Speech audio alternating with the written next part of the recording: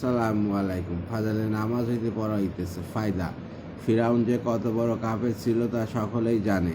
হামান তার মন্ত্রী ছিল, আর উবাই ইবনে খলফ মক্কা শরীফে কাফেরদের মধ্যে ইসলামের জঘন্যতম শত্রু ছিল।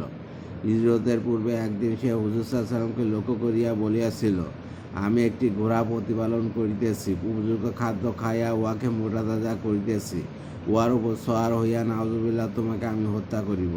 হুজুর সাল্লাল্লাহু আলাইহি ওয়াসাল্লাম ও তাহাকে যুদ্ধে সেই উবাই বিন খলফ হুজুরের সন্ধান করিতেছিল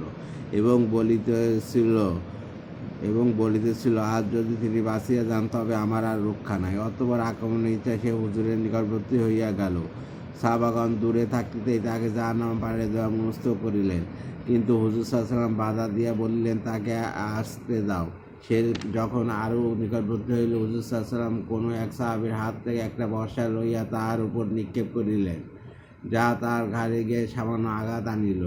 ইহাতে সে ঘোড়ার পৃষ্ঠ হইতে পড়িয়া গেল এবং আপন দলের নিকট ছুটিয়া গেল।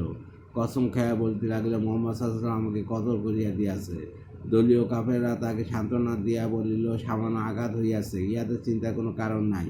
তদুত্তরে সে বলিল, মুহাম্মদ সাল্লাল্লাহু আলাইহি ওয়াসাল্লাম আমাকে মক্কায় বলিয়াছিলেন যে তিনি আমাকে হত্যা করিবেন।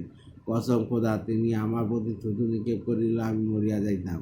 প্রতিদাসে তাহার চিৎকারের শব্দ সাড়ে সিতারের মতো শুনাইতেছিল। কাফেরদের নেতা ও আবু সুফিয়ান তাহাকে বলিল, বড়ই লজ্জার বিষয়, তুমি সামান্য আঘাতে এত চিৎকার করিতে। সে বলিল, তুমি কি জানো ইহা কার হাতের আঘাত? রাহাত ও লজ্জার কসম করিয়া বলিতেছি, আমি যে নিদারুণ কষ্ট অনুভব করিতেছি, উহা যদি হেজাজবাসী দিগকে বর্ণন করিয়া দেওয়া হয় তবে সকলেই মরিয়া যাইবে।